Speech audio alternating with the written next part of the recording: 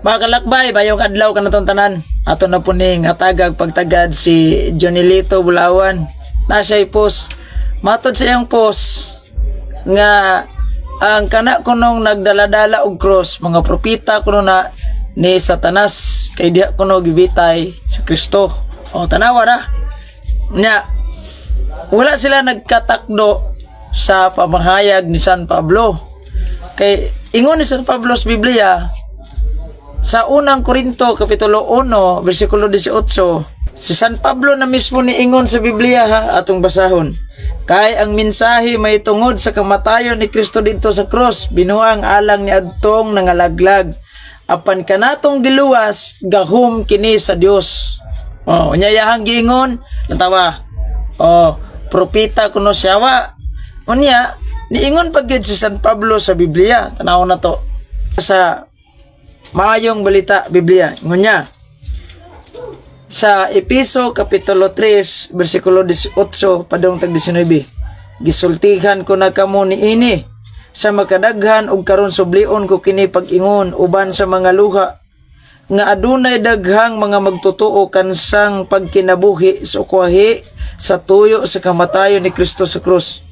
19, pusangko gayod sila sa impierno na disgrasya ginis Bulawan na niron.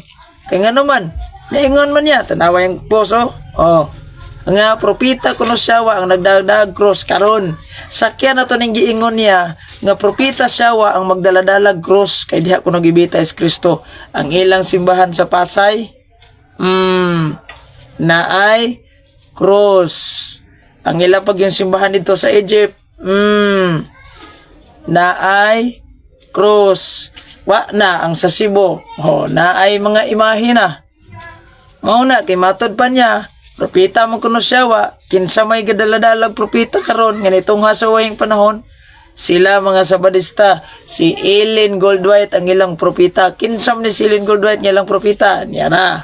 Sa ang dakong away nga gisuwat ni Ellen Goldwhite atong basahon sa pasiunang pahayag yara. Oh, awan na to ha. Kay daghang baka kong mga manalagna nga manungha sa kalibutan. Unang Juan 4:1, hinuon lakip na niini si Ellen Goldwhite. Askang disgrasyahang Bulawan na ni. Unya naara po sa ilaing post lami na kuno kay balik sa Katoliko kay nganuman gusto siyang mutilaw aning limnon, gusto siyang mutilaw sigarilyo.